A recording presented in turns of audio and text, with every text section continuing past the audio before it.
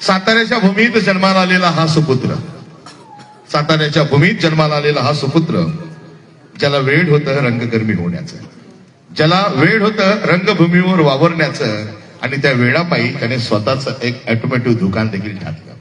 आज ध्येय वेळा, ध्यास वेळा हा माणूस आज फक्त अभिनय क्षेत्रामध्येच कार्यरत नाही, तर आपल्या लेखणीने, जशी बाबासाहेबांची लेखणी चालली तसं आपल्या लेखणीने समोरच्यांना सडेतोड उत्तर देणारा एक वक्ता, निर्भीड प्रवक्ता म्हणजे किरण माने. नाट्यकर्मी, रंगकृती, अभिनेता, लेखक ते राजकीय नेता असा खऱ्या अर्थाने प्रवास त्यांचा आहे. राजकीय प्रश्नांची जाण असणारा माणूस. हे राजकीय नेता म्हणणं ते फक्त नावापुरतं आहे. सांस्कृतिक नेता, या सांस्कृतिक नेता, सामाजिक प्रश्नांची जाण असणारा माणूस.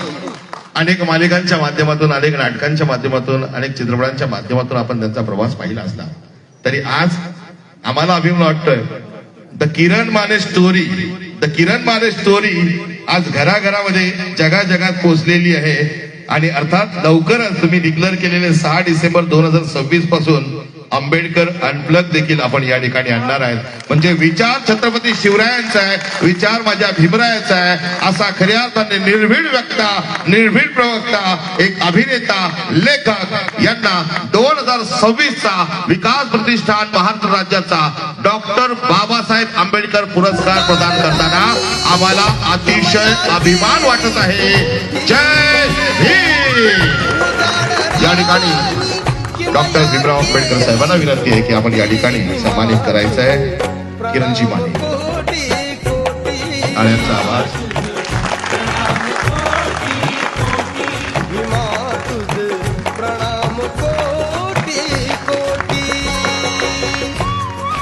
विकास प्रतिष्ठान महाराष्ट्र राज्य अध्यक्ष पैशमान विकास डोळस यांच्या विद्यमाने साकारणारा हा पुरस्कार सोहळा, सन्मान चिन्ह, सन्मानपत्र, संविधानाची पद, करुणेचे मेघ वर्षले, वृत्तीने मृतराल हर्षले.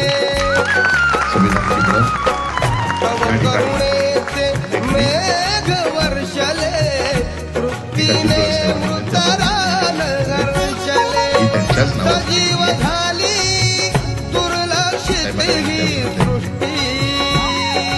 किरण माने दुर्लक्षित जरा जोर काय भीमा तुझे प्रणाम